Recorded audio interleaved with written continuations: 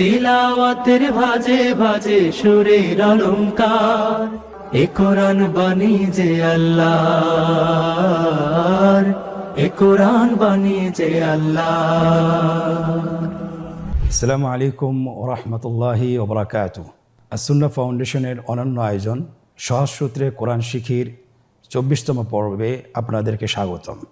আলহামদুলিল্লাহ, আমরা খুব অল্প সময়ে 23টি পর্ব শেষ করেছি। আজকে আমরা 24তম পর্ব শুরু করব। আজকের আনুষঙ্গিক কিছু নিয়ম রয়েছে যেগুলো শিখলে আমরা কোরআন সহিশুদ্ধভাবে তেলাওয়াত করতে পারবো। তার মধ্যে একটি হলো যে ওয়াকফের নিয়ম, যে শব্দের শেষে কিভাবে আমরা ওয়াকফ করব অথবা শব্দের শেষে কিভাবে আমরা থামব। এই ক্ষেত্রে 5টি নিয়ম রয়েছে। 1 নম্বর হলো শব্দের শেষে যদি হরকত জবর জের পেশ আসে অথবা তানবিন 2 জের অথবা 2 পেশ যদি আসে, অবশ্যই আমাদেরকে সাকিন করে ওয়াকফ করতে হবে। ওয়াকফ অর্থ হলো থামা। আপনারা স্ক্রিনে লক্ষ্য করুন, একটি শব্দ আমরা দেখতে পাচ্ছি ওয়াসাক, যে শব্দটি জবর দিয়ে শেষ হয়েছে। তাহলে এখানে ওয়াকফ কিভাবে করব? আপনারা আমার সাথে প্র্যাকটিস করুন। ওয়াসাক ওয়াসাক, আবার বলুন ওয়াসাক ওয়াসাক। পরবর্তী শব্দ, পরবর্তী উদাহরণ ওয়াল ফাজিরি, শব্দটি জের দিয়ে সম্পন্ন হয়েছে। তাহলে আমরা কিভাবে ওয়াকফ করব? আপনারা আমার সাথে অনুশীলন করুন। ওয়াল ফাজিরি ওয়াল ফাজর। পরবর্তী উদাহরণ পেশ দিয়ে লা তাযারু লা তাযারু। ওয়াকফ করব আমরা এইভাবে, আমার সাথে অনুশীলন করুন। লা তাযারু, আবার বলুন লা তাযারু। আলহামদুলিল্লাহ, খুবই সহজ। কোরআনে এই ধরনের উদাহরণ আসলে আমরা যজম দিয়েই ওয়াকফ করব ইনশাআল্লাহ। আমরা আরেকটি বলেছিলাম যে শব্দের শেষে যদি 2 জের অথবা 2 পেশ আসে, 2 জবর না, 2 জের অথবা 2 পেশ আসলে আমরা এই উদাহরণগুলো অথবা এই শব্দগুলো যজম দিয়ে আমরা ওয়াকফ করব। আপনারা স্ক্রিনে দেখতে পাচ্ছেন ওরাইশিন, এখানে ওয়াকফ করব কিভাবে? ওরাইশ। আবার বলবো না আমার সাথে, ওরাইশ। তাহলে প্রথম শব্দটি ছিল ওরাইশিন, ওয়াকফ করলে হয়ে যাবে ওরাইশ।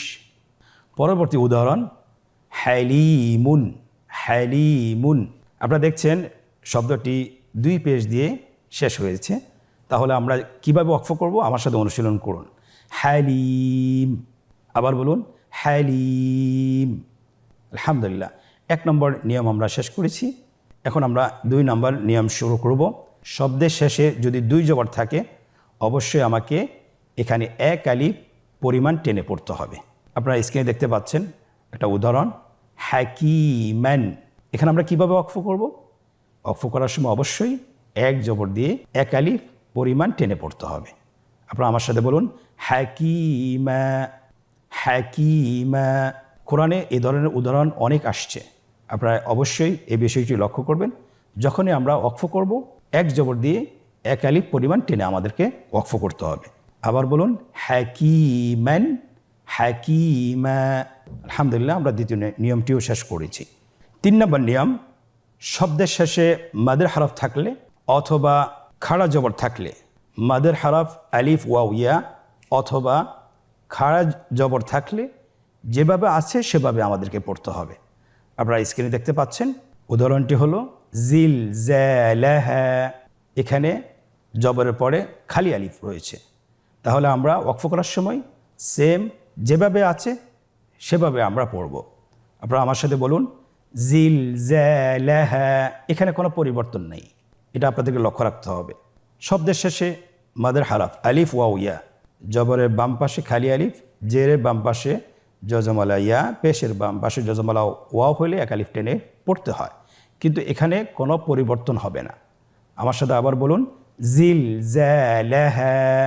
ইয়া হরফ দিয়ে, ইয়া হরফের উদাহরণ স্ক্রিনে লক্ষ্য করুন লিযিকরি লিযিকরি, এখানেও কোনো পরিবর্তন নেই।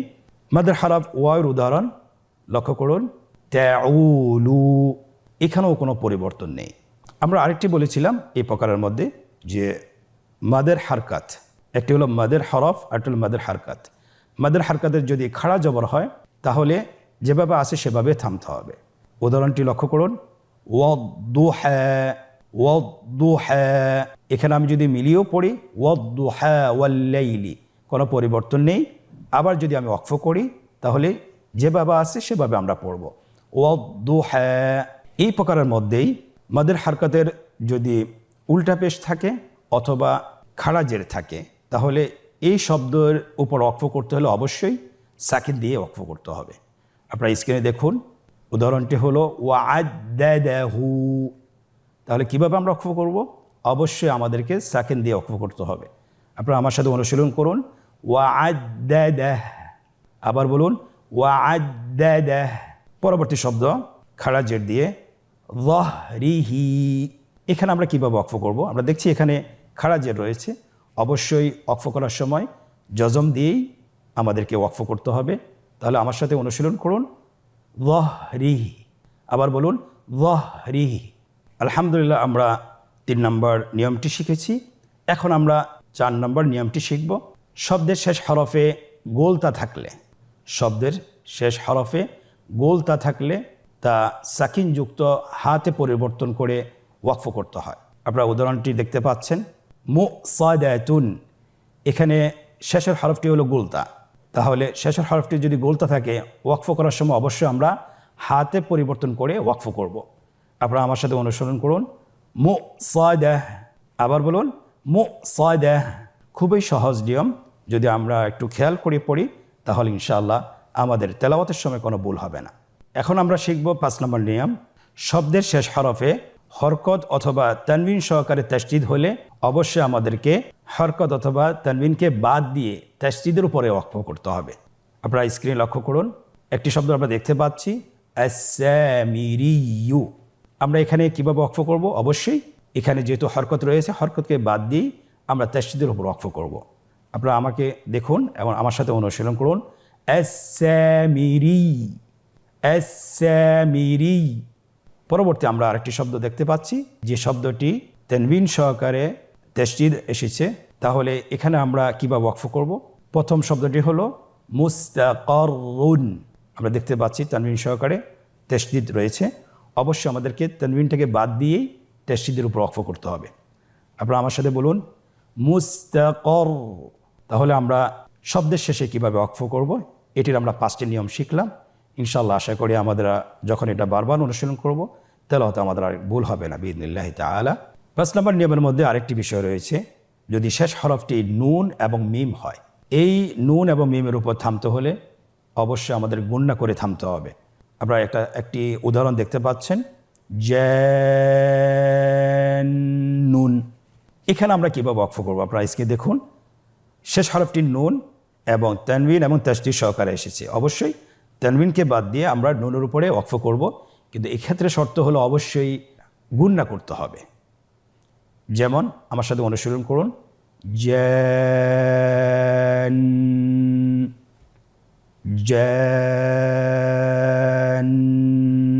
খুবই সহজ। এবার দেখুন মিমের উদাহরণ, আল গম্মি।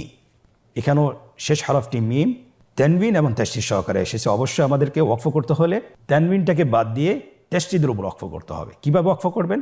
আমার সাথে অনুশীলন করুন, আল গম। আবার বলুন আল গম। আর এখানে যদি শব্দের শেষে কলকলার হরফ আসে অবশ্যই আমাদেরকে অধিক জোরালোভাবে হরফটিকে কলকলা করে পড়তে হবে। আপনারা স্ক্রিনে দেখতে পাচ্ছেন শব্দটি হলো বিল হাক্কি। এখানে আমরা দেখতে পাচ্ছি যে কফের উপর তাসদীদ এসেছে এবং হরকত এসেছে, অবশ্যই আমাদেরকে হরকতটাকে বাদ দিয়ে তাসদীদের উপর ওয়াকফ করতে হবে। কিভাবে ওয়াকফ করবেন? বিল হক। আবার বলুন বিল হক। আরেকটি উদাহরণ দেখুন, ওয়াতাব্বা। সূরা লাহাব আমরা সবারই মুখস্থ, তাব্বাত ইয়াদা আবি লাহাবি ওয়াতাব্বা। কিন্তু আমরা যদি এখানে ওয়াকফ করি, কিভাবে ওয়াকফ করব? ওয়াতাব্বা, কিন্তু ওয়াকফ করলে ওয়াতাব্বা, ওয়াতাব্বা। আরেকটি উদাহরণ, ফিল হাজ্জি। ফিল হাজ্জি, শেষের হরফটি হলো কলকলার হরফ, এখানে তাসদীদ এসেছে এবং জের এসেছে, অবশ্যই আমাদেরকে জেরটাকে বাদ দিয়েই তাসদীদের উপর ওয়াকফ করতে হবে। আপনারা আমার সাথে বলুন ফিল হাজ্জ, ফিল হাজ্জ। আলহামদুলিল্লাহ, আমরা ওয়াকফের বিবরণ শিখেছি। আশা করি ইনশাআল্লাহ তেলাওয়াতে আমাদের আর ভুল হবে না। আপনারা বারবার অনুশীলন করার চেষ্টা করুন। আল্লাহ সুবহানাহু ওয়া তাআলা তৌফিক দান করুন। এখন আমরা জানব যে ওয়াকফের অনেকগুলো চিহ্ন রয়েছে। আমরা কোরআনুল কারীম যখন তেলাওয়াত করি অনেকগুলো চিহ্ন দেখতে পাই, কিন্তু কখন থামতে হয়, কখন থামা যাবে না, অথবা কখন থামা ওয়াজিব, আমরা অনেকেই এই বিষয়ে অবগত নয়। তো আজকে আমরা শিখব ইনশাআল্লাহ ওয়াকফের চিহ্ন কয়টি, কোনটির কোন হুকুম, সেটা আমরা আজকে অনুশীলন করার মাধ্যমে শিখব। আপনারা অনেকগুলো চিহ্ন দেখতে পাচ্ছেন, এগুলোকে ওয়াকফের চিহ্ন বলা হয়। প্রথম চিহ্নটি হলো আয়াত শেষের চিহ্ন। আয়াত যখন শেষ হয় দেখবেন কোরআনে কারীমে একটি চিহ্ন দেখতে পারবেন গোল করে, যেখানে আপনার আয়াতের নাম্বার লেখা থাকে। অবশ্যই আমাদেরকে এখানে থেমে পড়তে হবে। তাহলে আপনারা স্ক্রিনে লক্ষ্য করুন, একটি আয়াত আমরা দেখছি সূরা ইখলাসের, কুল হুয়াল্লাহু আহাদুন। এখানে আমরা ওয়াকফ করব, কুল হুয়াল্লাহু আহাদ। আবার বলুন, কুল হুয়াল্লাহু আহাদ। আমরা স্ক্রিনে আরেকটি চিহ্ন দেখতে পাচ্ছি মিমের মতোই, এটাকে মিমে আমরা বলি। এই চিহ্নের স্থানে অবশ্যই থামতেই হবে, অবশ্যই থামতে হবে। এটাকে ওয়াকফে লাজিম আমরা বলে থাকি, যে থামাটা আবশ্যক। আমরা কোরআন কারীমের সূরা মুনাফিকুনের একটি আয়াত দেখতে পাচ্ছি। আয়াতের প্রথমাংশের পরেই এই ওয়াকফে লাজিমের চিহ্নটি রয়েছে এবং আয়াতে কারিমার দ্বিতীয় অংশটিও রয়েছে। অবশ্যই আমরা যখন প্রথম অংশটা তেলাওয়াত করব এই চিহ্নের স্থানে আমাদেরকে থামতে হবে। আপনারা আমার সাথে বলুন, قالوا نشهد إنك لرسول الله। আবার বলুন, قالوا نشهد إنك لرسول الله। এরপরে দ্বিতীয় অংশ থেকে আবার শুরু করতে হবে, والله يعلم إنك لرسوله। তাহলে আমরা দুইটা অংশ একসাথে মিলিয়ে পড়ব না, অবশ্যই আমাদেরকে এই চিহ্নটার আগে থামতে হবে। পরবর্তী আমরা আরেকটি চিহ্ন দেখতে পাচ্ছি, লাম আলিফ লেখা আছে। এই চিহ্নের অর্থ হলো যে থামা জায়েজ নাই, থামা বৈধ নয়।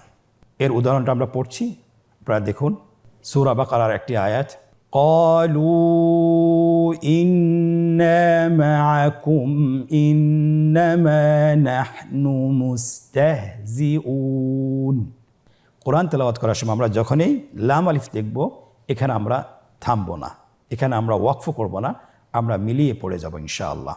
আরেকটি চিহ্ন দেখতে পাচ্ছেন, এই চিহ্নের স্থানে থামা না থামা দুটোই জায়েজ আছে, আপনি যে কোনোটাই করতে পারেন, অসুবিধা নেই। উদাহরণটি লক্ষ্য করুন, কাল্লা ইন্নাহু তাযকিরাহ। এখানে তেলাওয়াত ওয়াকফের উপরে কিন্তু একটা আমরা জিম চিহ্ন দেখতে পাচ্ছি, একটা ওয়াকফের চিহ্ন দেখতে পাচ্ছি।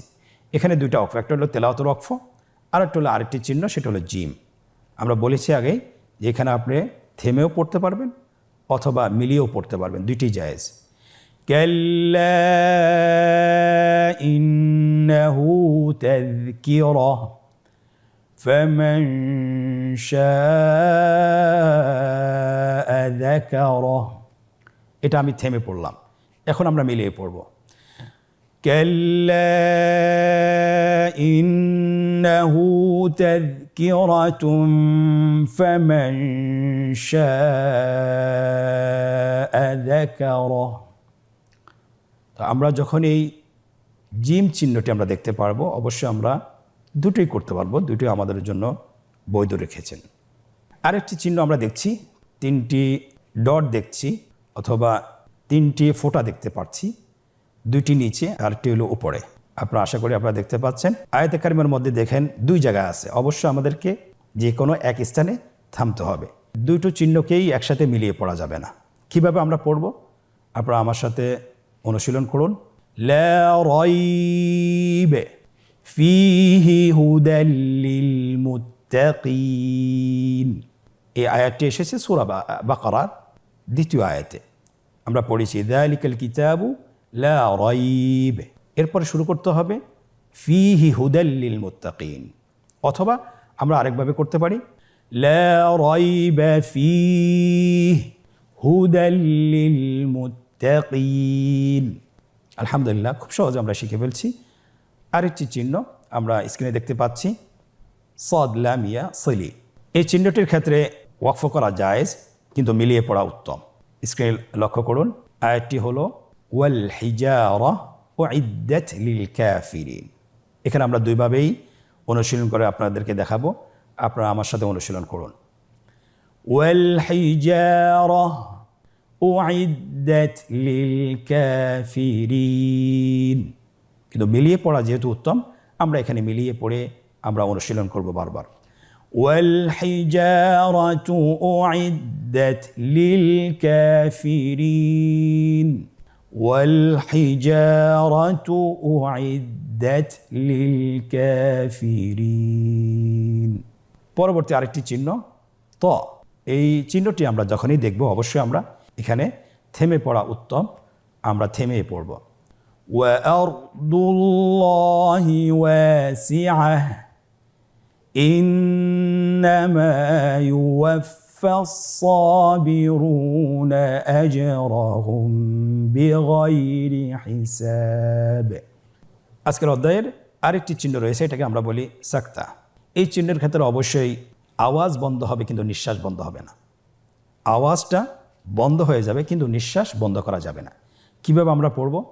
আপনারা দেখতে পাচ্ছেন একটি আয়াত, ওয়াকিলা মান রাক, আবার অনুশীলন করুন, ওয়াকিলা মান রাক। এখানে কিন্তু আমি নিঃশ্বাস বন্ধ করিনি, শুধুমাত্র আওয়াজটি বন্ধ করে রেখেছি। তো এই ধরনের সাক্তা আমরা যেখানে দেখব ইনশাআল্লাহ আমরা এভাবেই তেলাওয়াত করার চেষ্টা করব। আলহামদুলিল্লাহ, আমরা ওয়াকফের চিহ্নগুলোতে কিভাবে পড়তে হবে, অথবা থেমে পড়তে হবে না মিলিয়ে পড়তে হবে, আমরা প্রত্যেকটি চিহ্নই চিনেছি এবং শিখেছি। আমরা বারবার চেষ্টা করব। আল্লাহ সুবহানাহু ওয়া তাআলা আমাদেরকে তৌফিক দান করুন। এখন আমরা ওয়াকফটি আমরা কতটুকু শিখতে পেরেছি, কতটুকু চিনতে পেরেছি, এটার উদাহরণে আমরা এখন প্রবেশ করব। আমাদের জন্য একটি অনুশীলন পর্ব রয়েছে। এই পর্বটা আমরা কতটুকু শিখতে পেরেছি সেটা আমরা নিজেদেরকে আজকে যাচাই বাছাই করব ইনশাআল্লাহ। আপনারা স্ক্রিনে লক্ষ্য করুন। 1 নম্বর, নিম্নোক্ত থামার চিহ্নগুলো সঠিক জায়গায় বসান।